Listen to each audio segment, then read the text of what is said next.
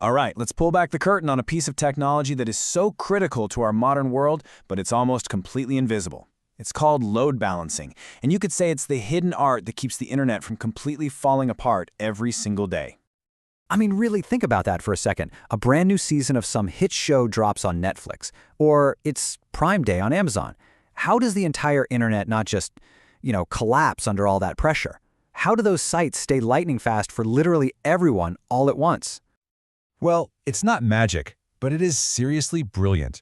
The secret is a powerful engineering technique called load balancing. And honestly, it's the fundamental reason the internet can even work at the massive scale we all take for granted today.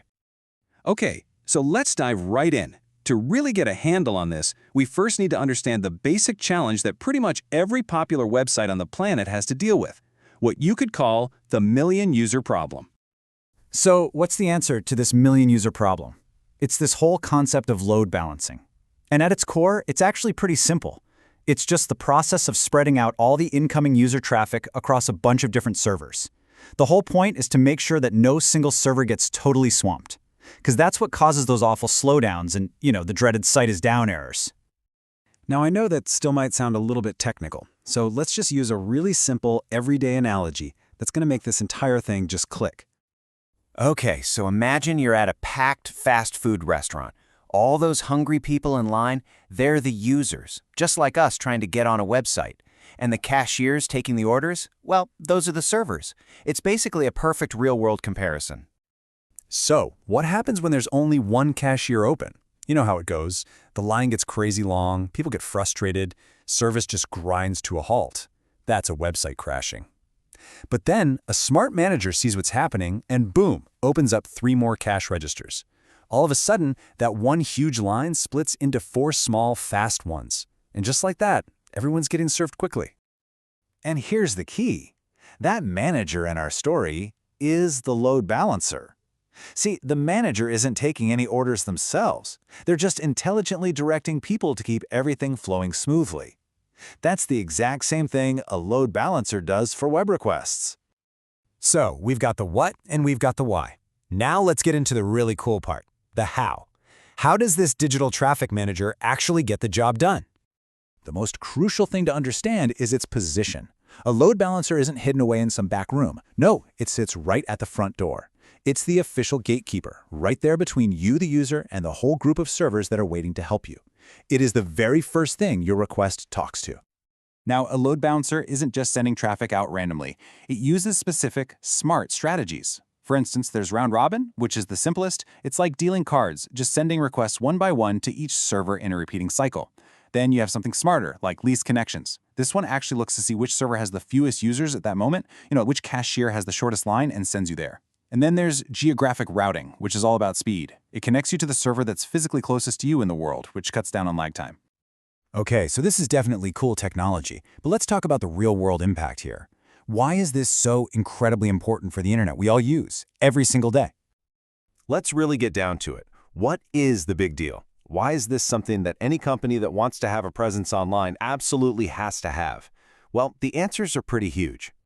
The benefits are just massive. For starters, you get scalability. As a site gets more popular, you just add more servers to the group. It's that easy.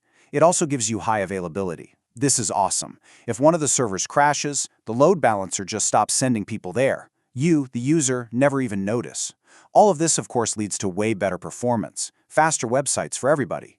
And then there's this huge one that often gets overlooked: security. Yeah, this is a really big bonus. A load balancer can actually be your frontline defense against certain kinds of nasty cyber attacks, like a DDoS attack.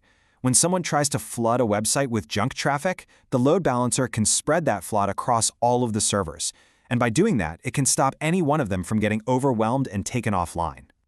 So let's bring this all back around and look at how those huge companies we talked about at the beginning are using load balancing at a scale that is just, well, it's pretty mind-boggling. Every single time you and millions of other people hit play on a movie at the same time, load balancers are working like crazy behind the scenes. They're instantly connecting each and every one of you to the best possible server to deliver that stream smoothly, without any of that dreaded buffering. Now, think about a completely different kind of traffic, like a massive sale on Amazon. You still got millions of users, but now they're all doing really complex things, adding items to a cart, processing payments. Load balancing is what keeps that entire, complicated system from just completely crashing under all that pressure. And then you've got the ultimate example, Google. We're talking billions of searches every single day coming from all over the planet. Load balancers are that invisible engine that directs that unbelievable amount of traffic to data centers all across the globe, getting you an answer in milliseconds. So if you take just one thing away from this whole explainer, let it be this. A load balancer is basically just a really smart, really fast traffic cop for the internet. Its whole job is to prevent jams, keep things flowing, and make sure you get where you're going fast. Which really just leaves us with one final question to think about. We've seen how the traffic is managed when it gets to its destination. But what about the journey itself? If load balancers are the traffic cops, then what are the global superhighways that all this data is traveling on in the first place? We'll explore that in our next explainer. Thanks for joining me.